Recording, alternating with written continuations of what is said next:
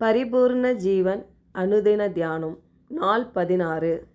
தலைப்பு: தேவனுடைய ராஜ்யத்தை கடுகு விதைக்கு ஒப்பிடுதல்.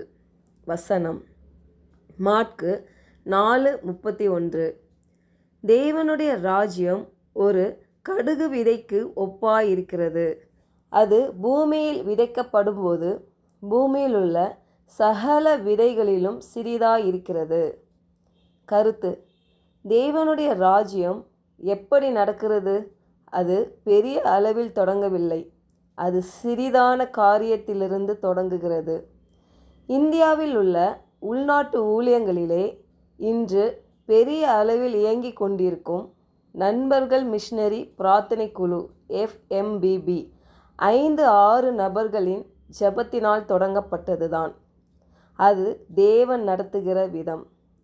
கொஞ்சத்தில் உண்மையாய் இருப்பீர்களானால் ஒரு நாள் வரும்போது தேவனுடைய ராஜ்யத்தில் நீங்கள் கனி கொடுக்கிறவர்களாய் காணப்படுவீர்கள்.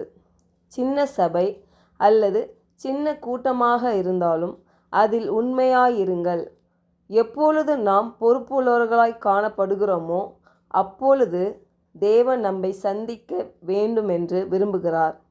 ஒரு உலகத்தனமான மனிதன் தன்னுடைய நேரத்தை சரியாக செலவழிக்க வேண்டும் என்று நினைக்கிற போது நம் கர்த்தர் எவ்வளவு பெரியவராய் இருக்கிறார். அவர் பொறுப்புள்ள மனிதர்களை எதிர்பார்த்து கொண்டிருக்கிறார். ஜெபம்.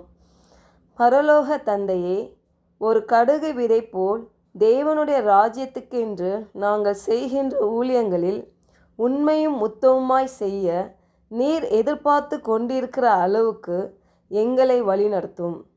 ஆண்டவரே, எதை எங்கள் கரங்களில் கொடுத்திருக்கிறீரோ அதை உண்மையாய் நாங்கள் செய்ய விரும்புகிறோம். நாங்கள் உம்மோடு ஐக்கியத்தை ஏற்படுத்த விரும்புகிறோம்.